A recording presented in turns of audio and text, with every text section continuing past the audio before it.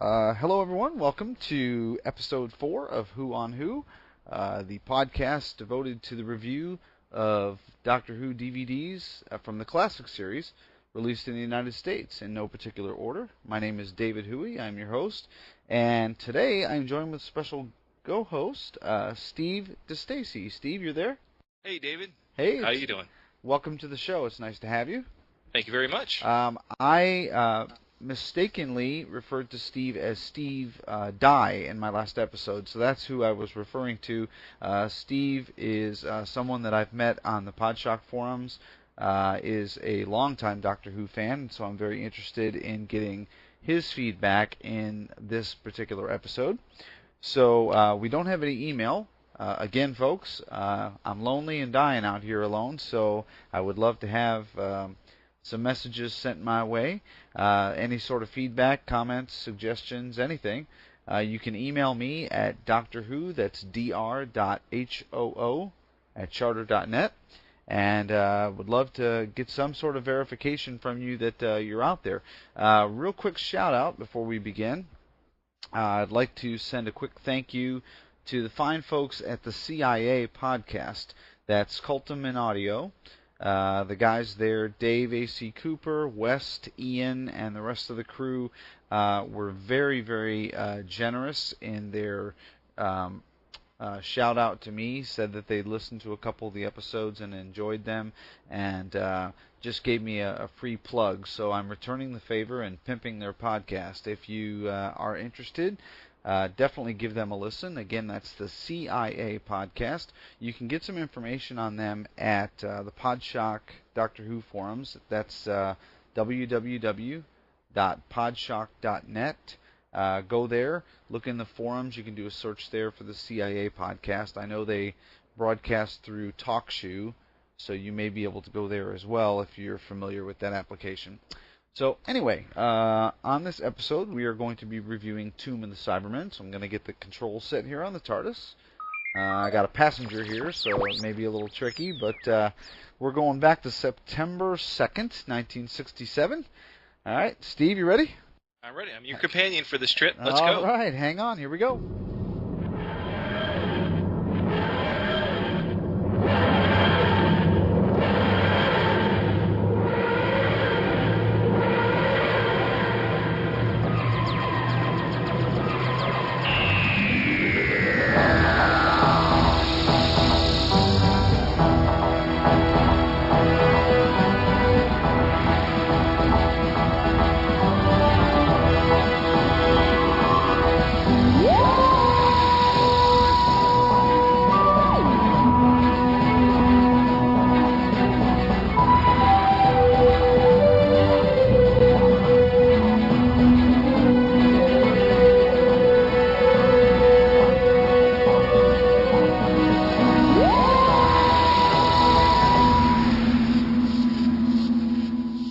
Okay, we are talking about the 37th adventure for the Doctor. This is Patrick Troughton's Tomb of the Cybermen, 4-part story.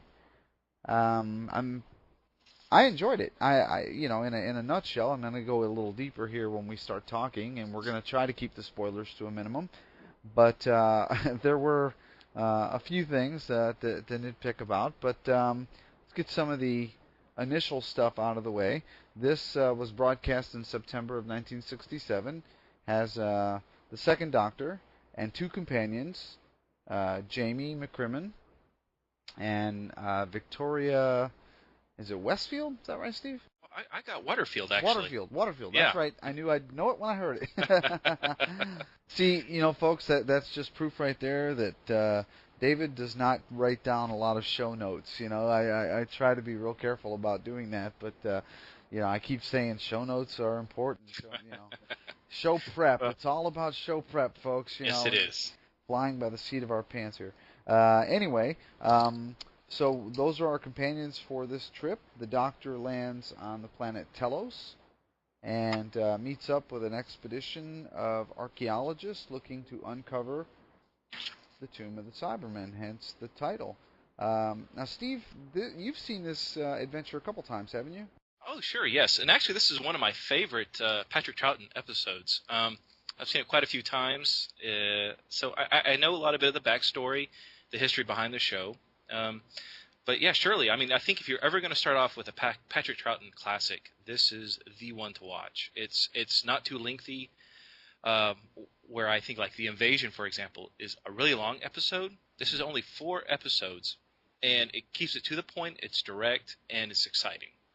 Yeah, I agree with you there. I'll give it that. It did move at a very good pace, and this one's been out on DVD for a while, actually. But there aren't too many Patrick Troughton stories that are out on DVD. I believe there's only, 3 or 4? Yes, unfortunately, that's true. And also, to make note, this is only the 3rd Cyberman story up to this point in 1967. You know, the first being the 10th Planet, Moonbase, and then the Tomb of the Cybermen. Mm-hmm. Yeah, I when I was watching this DVD, I was watching it with the info text on because, like I've mentioned before, I do enjoy that. And that is one of the extras that we'll be talking about later that are included on the DVD.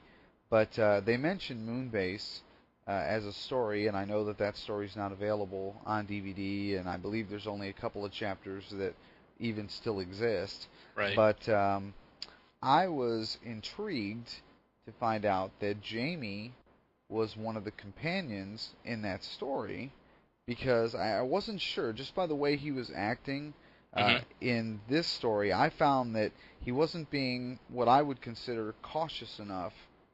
That's true. Inside yes. the tomb, and so then at first I thought, well, okay, maybe he hasn't had any experience with the Cybermen yet, but he has. So I'm not sure what the rationale was there. What do you think? That's true. I mean, the Doctor needs, I guess, in a way, he needs somebody to get in trouble for him, but I thought Victoria did that quite well throughout this episode, being that she had never really encountered the Cybermen and only the Daleks prior to this episode. Mm-hmm. But yeah, that is a little surprising that you brought that up. I never really thought of that until you just now mentioned it. He was not very cautious, and Jamie actually got somebody killed because of that. Yeah. On the very first episode. Yeah, they're in there pushing buttons and sure. things like that on that one console, and again, we're not going to go into specific spoilers, but yeah, it's fairly obvious, what you see happen. Now, Victoria, this is her first official adventure as a companion, but it's her second story. Is that right? Yes, that's correct. Okay. And I think, as a matter of fact, I think that Deborah Walting did an excellent job. That's the only episode I've seen her in, but she was very, very well done, very well as an actress, and amazing. I really felt for her as a companion, and while she was very, hesitant, it seems, at the very beginning of this episode, because they open up the episode with her walking into the TARDIS and seeing the console room for the first time. At least that's how they introduced the show. Right. They seem to be handling her like a child, and like, this is what this is. This is where we live. The Doctor and Jamie are explaining, and so they're kind of like treating her with kid gloves throughout the whole episode. But the way I think they developed that was really well, and I would love to have seen more episodes to see how she develops over time. Mm-hmm. That's a big loss. Now she's from a Victorian background, is that right? I mean, because just judging by the way she was dressed early on, I assume that she was from a earlier period in Earth's history. David, I actually don't know. That's an episode I have not watched, okay. So I'm not too sure of her origins. I do appreciate what she's done in this episode. Right. Now she in her first episode was encountered the Daleks. And then in this one, the Cybermen, so she kind of came out of the gate, with both barrels flying there, and all she needed was the Master in her third episode, and she'd have hit the trifecta, if you will. Right. But that was not to be. See, on the flip side, as a companion, I was watching her as an actress, was watching her and thought that she was kind of wooden. To me, but the info text on the DVD explains that she's been an actress since she was a child. I guess she was a child actress, and so I don't think it was a mechanics issue. Yeah, maybe she just wasn't sure what to do with the character at this point, and it's a shame because this is the only DVD that she shows up in. I believe it's the only surviving story that she's The, in. yeah, the full story. Now, I'm curious, what scenes did you find that were wooden? The scenes between her and the female baddie, I Uh, believe that was Captain? Captain, yeah. Hmm. And I thought that their interplay with each other just seemed it didn't seem genuine to me. No. That was my initial take on it. So The actress who played Captain is Shirley. I honestly, there are a few characters in this episode that I feel like really stole the scenes, and she's one of them. right. I don't know if you feel the same way, but I think every time she was on the screen, my attention was drawn to her. Now, I don't know if it's because I'm attracted to the Russian accent, or she reminded me a lot of Natasha from Boris and Natasha on the Rocky Bullwinkle show. I don't know what it was. Let's get moose and squirrel. Yes. Yeah, I was waiting. Yeah, she could have said that at any moment, and it would have been good. But I don't know what. Every time I saw Captain on screen, she stole the scene for me, and I can see how Victoria was not. Unfortunately, the character Victoria was not full front for me in those scenes, because definitely Shirley played a very good part. Yeah, and quite possibly acted circles around her too. I don't know. Again, we don't have anything else to judge her by. We don't, we really can't judge Victoria's growth as a companion, or Fortunately, right? or Deborah Watling, as an actress, unfortunately. But yeah, still, it doesn't take away from the story. It's not one of those that becomes so distracting that you look back and go, that story would have been good if so and so wasn't in it, kind of thing. Because the story is still good. Real quick, I wanted to mention the title sequence. I have not seen a lot of Patrick Troughton adventures. I've seen The Invasion. I've seen Tomb of the Cybermen. I've seen The Mind Robber, I believe. This time in particular, I was watching the titles, and maybe because I had just recently seen a Hartnell episode. Thank God that these titles are in black and white, because there's so much happening on the screen. If it was in color, I would have needed a Dramamine or a barf bag next to my chair or something. 'Cause, I mean, it's pretty busy, folks. I mean, if you're prone to seizures, you may want to turn away when you hear the theme music. I just thought it was a little busy. But it was the 60s, and I had to remind myself it was the 60s. It was the 60s, yes. Psychedelic kind of thing, but... I don't think that was the intention, David. I don't think it was, but, it just seemed a little over the top for me, because, the Pertwee episodes, while in color, the title sequence has changed and became... it's hard to call any Doctor Who sequence subdued, but I think in comparison... a little more subdued than what was going on here, and it was mainly right after. If you are listening to this and it's and you say, okay, I got to throw in a Troughton episode to see what this nut's talking about. It's right after the Doctor Who title comes up. It's after Troughton's face appears. The Doctor Who title card comes up, and then there's all these like bubble-shaped things that are flying through the screen and all that. And I wasn't sniffing or smoking anything beforehand. I'm telling you, this this happened. It's quite busy on screen. So I thought, wow, I don't know. I would have toned that back maybe a little, but again, that's the 60s and maybe a product of the 60s. Right. So it's interesting that when I was rewatching the show for today's episode or today's show, my daughter was watching it with me, and when the title sequence kicked in, she was a little freaked out. Matter of fact, she told me, says, "Daddy, the Doctor Who soundtrack scares me." It really freaks her out. I don't know why. I think it's very catchy and I enjoy it, but for a little 5-year-old, it really freaks her out. It's in a way, it is kind of scary, but it is scary. It's alien, Yeah, and I can see how a lot of the you always hear in England how the kids hid behind couches. Right. When Doctor Who came on, and literally when she watches this, she grabs one of the pillows on the couch and hides behind it when Doctor Who starts up. It's actually hilarious to me, but she watches it. Yeah, but she watches it. She peeks over the top of the pillow, and I imagine that's what millions of little kids from England were doing when Doctor Who would first air. They would get behind the couch and peek Oh yeah. over. Yeah, I think it's Now, funny. It still has that she power. watch this? Did she watch this one with you? She watched parts of it, and then Parts of it? she couldn't handle it. Okay. And to me, and I think it's kind of sad in a way. The Cybermen from the '60s, and even in the '70s, I would say, are more frightening to me than, let's say, from 2006, the Right. the new series.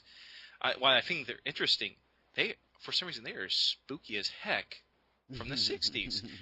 I don't know if it's because of that larynx voice amplifier that they use to do the voices for Yeah. the cyber. That is freaky.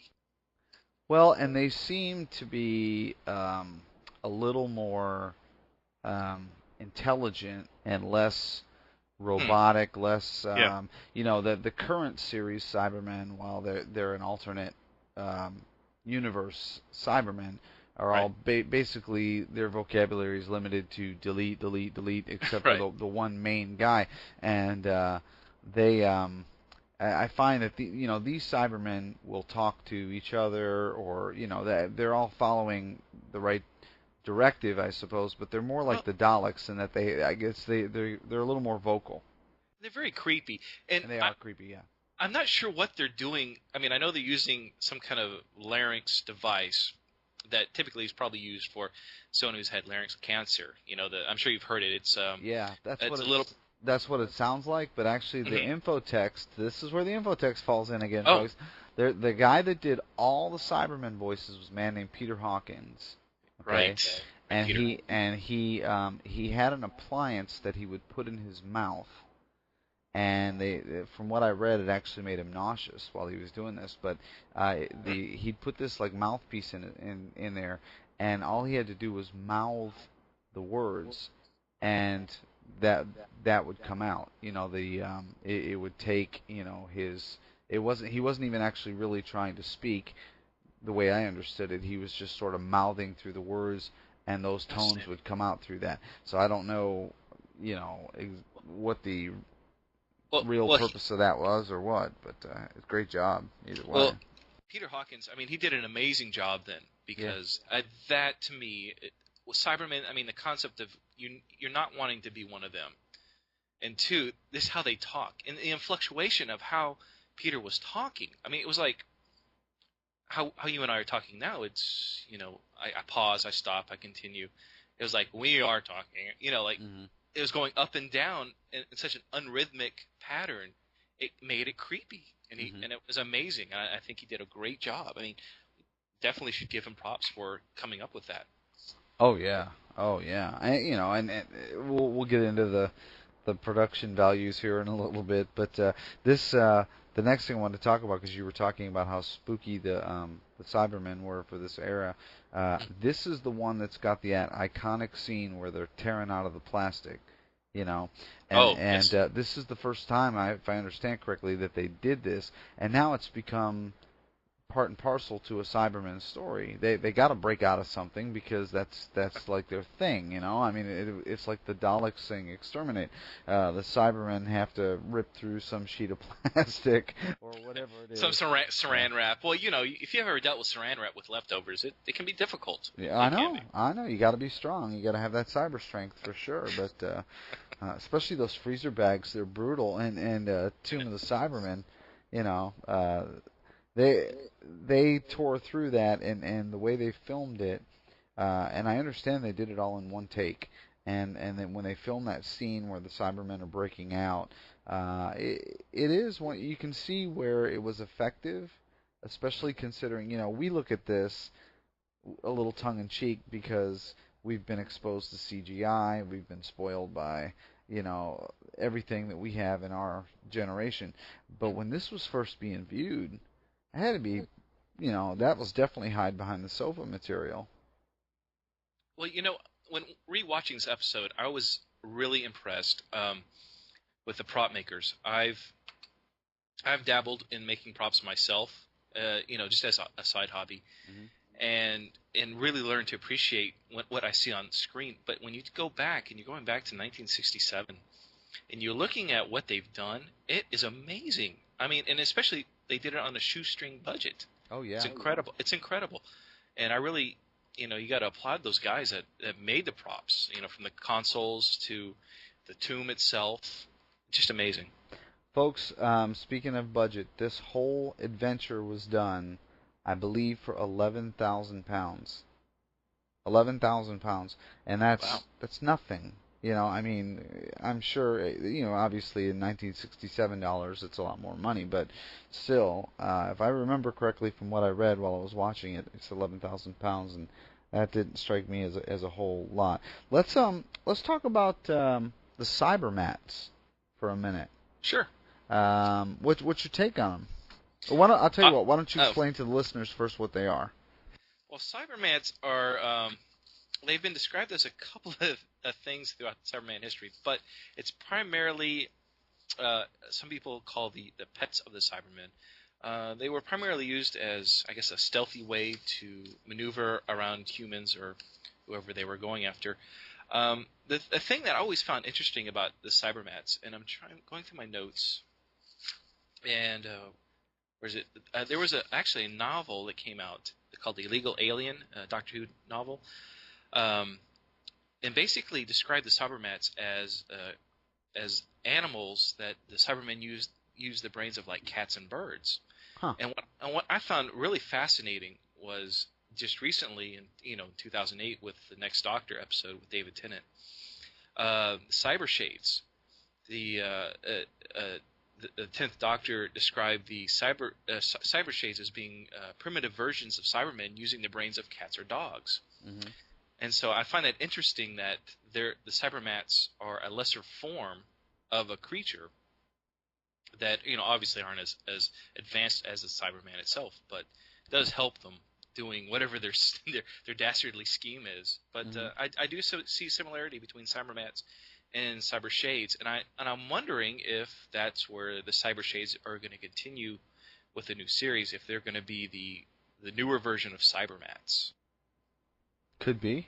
They're much bigger though. The Cybermats in this story are about the size of, say, a digital camera, or you know what I mean, like a pack of cigarettes kind of size. And I think there's one or two that are a little bit bigger. Yes. Because there is a scene, again, not trying to get too spoilerish, but there is a scene where the characters, the Doctor, his companions, and the remaining archaeological team members are trying to get away from the Cybermats, and all I could think to myself was, punt the thing. It's not that big. It's on the floor. Well, they have that ability to jump within seconds. I mean, they could be on the floor, and next thing you know, they're on your neck. That's true. All over it. It could be a mess. Yeah. Okay. But I have to say though, the Cybermats are definitely more cute than Cyber Shades. If I had to have a pet, it'd be the Cybermat, most definitely.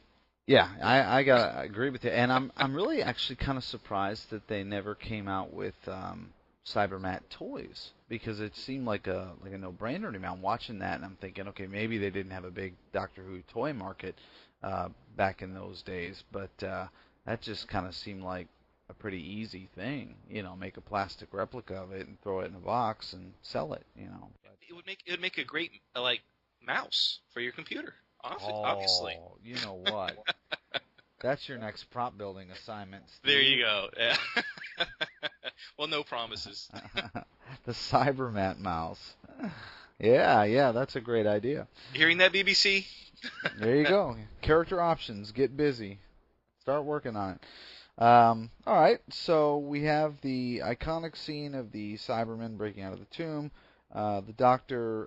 Let's talk a little bit about the Doctor, because I've had very limited exposure to Patrick Troughton as the second Doctor, and I gotta say, folks, if you haven't watched one of his episodes, Steve, you're talking about your daughter, watching part of it. I have a son who's 8, and he comes in and goes, "Daddy, are you watching Doctor Who?" I said, "Yeah," and he said, "Oh, it's gray," and he walks out. He's one of those people that just, once he sees that it's not in color, completely tunes out, which is too bad, because there's a lot of things out there that are, monochrome, or black and white, that are great. And while I And was enjoying this quite a bit, and I was enjoying Patrick Troughton. So any of you out there who haven't watched a Patrick Troughton episode, he is very. I get the impression, this is me, that he's very devious in the fact that, like, he doesn't let on, he doesn't show his cards, but he lets people underestimate him on purpose, and then kind of comes back later and takes care of everything. And in that way, it kind of reminds me of Sylvester McCoy's Doctor absolutely, in the I later agree. seasons. I agree 100% on that. Yes. Okay.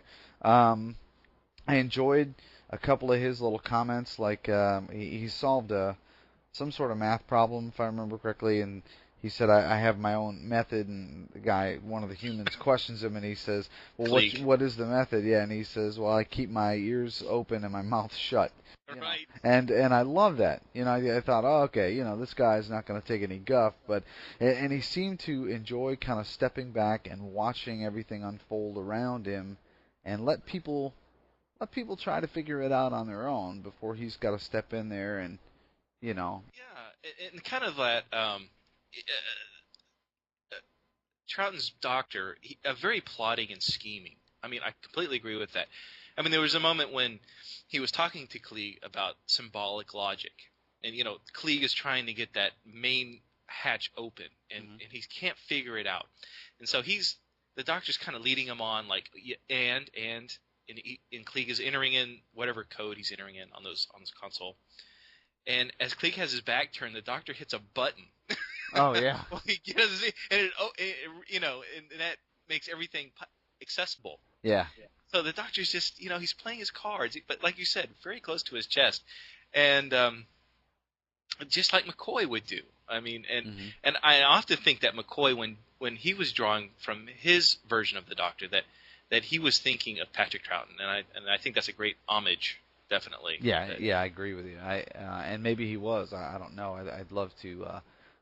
If anyone has any feedback on that, maybe from a convention or some commentary or something like that, yeah, I'd love for to hear about it. But yeah, he just kind of. There were several points along this story where I kind of smiled because you're in on it with him, And like I said, he's giving these folks just enough rope to hang themselves or to save themselves, but he wants them to kind of do it on their own. And then if they don't, then he'll get in there, and pull out all the stops and help. And it's so interesting because Troughton's Doctor can be very, like I said, scheming. He's a schemer, but he's also can be very childlike, and that's not. That's a compliment. I'm not. So, anyways, he's very endearing in that fashion. For example, when they're at the very beginning of the episode, and they bring Victoria into the TARDIS. He's talking to Victoria like, "Well, this is my home. This is the TARDIS. It's very similar to what your father was working on, but I perfected it." Yeah. And he's kind of showing off. He's throwing his plumage out. He's boasting about his accomplishments to Victoria. He's really excited, and it's cute to see that he's so proud and but he gets snubbed by Jamie when Jamie says, "Hey, just make it don't make it a rough lift off. Let's make this as easy as possible." And he gets offended by that, and it's hilarious. It's such a childlike attitude, to be the boast, and then to be so snappy when brought back, and brought back by Jamie. But then you see the part of that Doctor where he is, like I said, he's a schemer. He's very smart, and it's great to see him unfold it. Oh yeah, definitely. Now there is one other thing in this story that it is famous for, and this is one of the few Doctor Who stories where the Doctor talks to Victoria about his family. And makes a point to sit with her and make mention of how he remembers his family. I had read about that ahead of time, and when I was doing some of my notes before watching the show. So I was kind of on the lookout for that, but to me, I'm not going to call it a throwaway line. It's not like in the current series when the Doctor drops the old, well, yeah, I was a father once, or whatever he said to Rose that one time. It was that was sort of a throwaway line. It's more than that, but they don't really give you any meat to really dig into. He doesn't go into any detail about Susan, his granddaughter, Hmm. or anything else. And really, when you look at the chronology of the show, it hasn't been that long since the Doctor left Susan. Exactly. And and that's what I thought initially when Troughton brings that up. I'm thinking, is that closure for Susan? Hmm. And that definitely that was my first thought when that line was dropped. Is so Susan is still in his thoughts, because basically I don't think Susan was ever brought up after she left the Doctor. No, I don't think so. So yeah, that was a very special line, and it wasn't lost on me. I Hmm. don't know if anybody else noticed that, but it was a great line. And Troughton also mentions his age to Jamie and Yes. Victoria. He throws the number 450 out there. Yes. That's the Doctor's age. So for all you folks that are really big into canon and all that sort of thing, you're going to have to start doing some heavy math and figuring out how the Doctor gets from 450 when he's Patrick Troughton to in his 700s when he's Don Baker, and 900 or so now that he's David Tennant. And Christopher Eccleston even said that. So yeah, I'm not a big stickler for that. I don't think the Doctor measures age the way we do. How can he? Well, sure, that'd be Considering how silly. he lives. Yeah. But and again, this is very early on in the program. His planet doesn't have a name yet. His race doesn't have a name quite yet.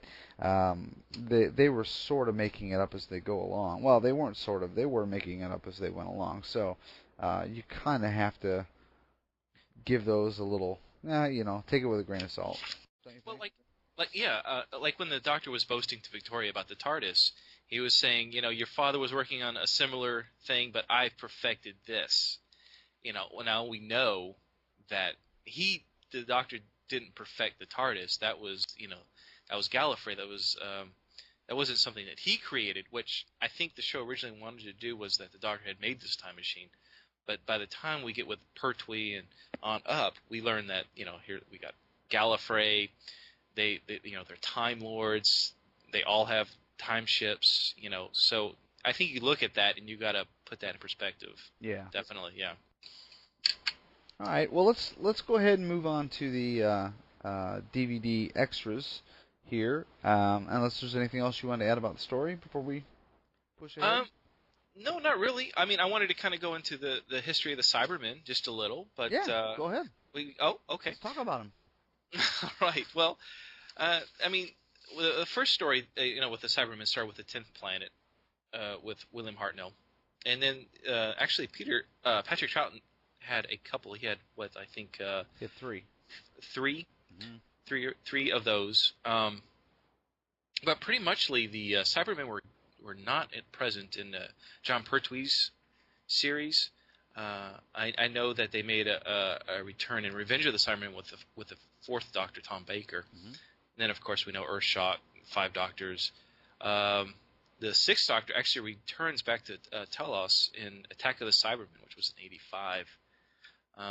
And, of course, we know Silver Nemesis. And then the 10th Doctor, made quite a few appearances with the Cybermen. And then the unfortunate return of the Cyber Woman in Torchwood in 2006. But Oh yeah, right. that's a completely different show. Yes. I did not. I think Cybermen are one of my favorite villains, Doctor Who, but that episode of Torchwood is one of my least favorite episodes of Torchwood. Well, there you go, folks. That's crowning endorsement there. Yeah, that was a little off the reservation for me. But that's why we're not talking Torchwood and we're talking Doctor Who, because Exactly. Yeah. even by 1960s standards, I think it holds up much better in its own right. Well, I mean, and I also point out that the Cybermen were created by a guy named Dr. Kit Peddler, I think. Yeah, Uh, Peddler. yes, he was like a scientific advisor, kind of like the Doctor was for Unit, but for the actual show of Doctor Who. But Yes. so I wanted to give a props to him for actually coming up with the concept of Cybermen. Yeah, apparently he was a medical doctor or something. I think maybe even an ophthalmologist is what I'd read, and was very interested in the reality of replacing human parts with cybernetics at some point in the future, and that's kind of where the germ for that idea kind of came from. So I think he was involved with all the Cybermen story during that time, and probably well forward. You were talking about you mentioned the Five Doctors.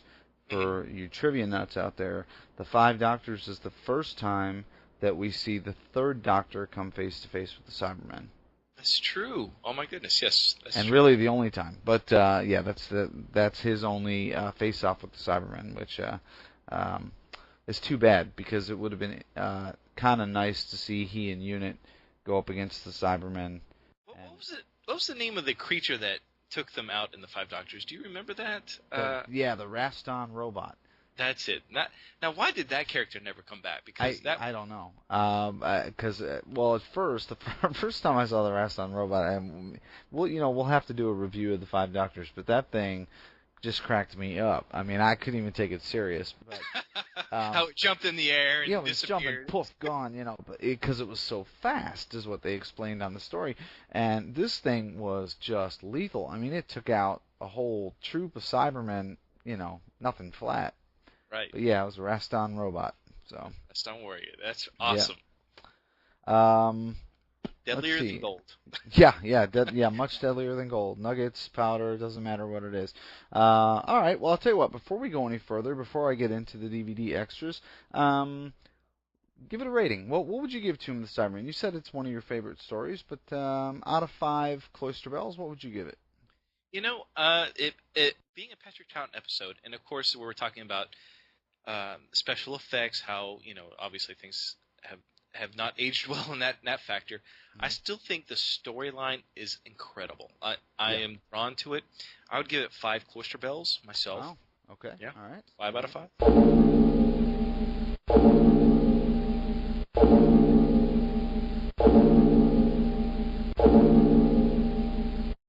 I would probably give it. I would have to say give it a good 4.5 out of 5. I really would. That you mentioned the special effects, and did you notice in the one fight scene with the large Toberman was the big African American, or not African American? Excuse me. See, I'm trying to be British correct. African British. Yeah. Yeah. Anyway, I know what you mean. Go on. You know what I mean. Anyway, he at one point one of the Cybermen picks him up. Well, you can see the wire attached to his back when the Cyberman picks him up, and that's kind of laughable too. But so I got to take a little bit off there. But you can't. They were so ambitious for 1967. They're like, what the heck, man? Let's just try it, and they really did a great job. And part of me thinks that, and I'll discuss this a little bit in the DVD extras, that certain things that were hidden by the quality of film are not hidden anymore because they're cleaned up and digitized so well for DVD. You know what I mean? Like that wire, like the cable that's holding the guy and hold him up in the air. I don't know that you would have necessarily seen that in the original on TV in a little black and white TV. I'm watching it on this 42-inch widescreen TV and high def, because I'm picking out every grain, and they didn't have that back then, so it wasn't nearly as glaring as it is now. But still, I agree with you. The story holds up very well. So I'm going to give it 4.5, and you're giving it 5. So I think we both can safely say that we highly recommend grabbing this one, and I'm going to go so far as to say this one's not even a rental. This one is a buy and put on your shelf. Most definitely. So, okay. For the extras, I'm just going to go real quick down what they offer. They offer the info text. There is a commentary by Fraser Hines and Deborah Watling. Very charming commentary. Not so engaging that you really I did not feel compelled to listen to the whole thing, but it was nice to listen to them reminisce about the story, about the actors. They would be watching a scene and say, "Oh, that's so and so. I just saw him a couple weeks ago, and we did this together." That kind of thing. And as much as that is enjoyable, I prefer commentary that's a little more engaging, related to the story and that. But that's on there. There is a really neat extra on there called The Final End, and it is basically somebody had taken a silent movie camera to the filming of Evil of the Daleks, which was the story that is the predecessor to this one. And they had been filming, and they took the footage of that, mixed it with some soundtrack footage and some music, and came up with their best patchwork of what the final battle for that episode looked like, considering it doesn't exist anymore.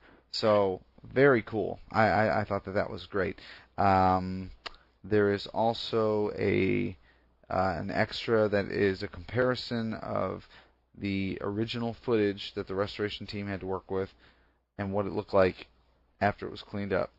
So if you ever think for a minute that the restoration team isn't earning their money, this is the thing to watch, because it is absolutely night and day different. And you look at it and you say, wow. I mean, I'd watch it either way, but even from the time of the VHS being released years ago, and I guess in the 90s, till now, it's amazingly different. So I thought that was very enjoyable as well.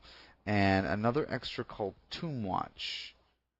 And I believe that Tomb Watch was a audio intro to Tomb of the Cybermen that they show a Doctor Who title screen backdrop. Thank God it's not moving. I don't want to go back into that again, but they do discuss what is coming up on Tomb of the Cybermen, that kind of thing. Now the DVD also has I found 2 Easter eggs. I feel much better about myself as a person now. But I found 2 Easter eggs on here. I'm not going to spoil and tell you where they are or what they are. One of them is sort of quick and you kind of go, but the second one is much better and well worth digging around on the menu if you have it to watch. So that's it for the DVD extras. And I believe that brings us to a close on this episode. Steve, did you have anything else? Not really. If anybody has any questions or wants to contact me, I do have an email address. Definitely feel free to email the show or myself. I'll be more than happy to take questions. My email address is texastimelord@gmail.com. I love that email address, by the way. I got to tell you. Thank you. Yes. Well, obviously, if you guessed I live in Texas, you're correct. I was going to ask everybody. All right, write in. We're going to have a contest. Where does Steve live? And I've mentioned before on the Podshock forums that Peter Davidson's my favorite Doctor. I've always enjoyed him. I think David Tennant is getting ready to beat him out, and I have a feeling in the next season he will. But Patrick Troughton in the classic episodes is just amazing. I really enjoy him. I think this is a Doctor. I wish there was more episodes, because just from what I've seen little of him, I fall in love with. I think he's great, and definitely if anybody's interested in this actor's version of the Doctor, then Tomb of the Cybermen is definitely a great starting point. Yeah, I agree wholeheartedly, and I'm going to actually go out and try to flesh out my collection a little bit, because I think I've only got Tomb of the Cybermen and Invasion, and I'm hoping very much that War Machines, or not War Machines, the War Games comes out. I've heard rumors that is going to be released on DVD. But I want to second that emotion. I want to get on there and say that if you don't have any of Patrick Troughton's adventures, this is an excellent one to start with. He really brings a lot. I mean, the guy is a class actor and brings a lot to the part. It definitely makes it his own. And don't be put off by the fact that it's black and white or that it was done in the 60s or any of that. Buy it and watch it. and I think that you will really, really enjoy it.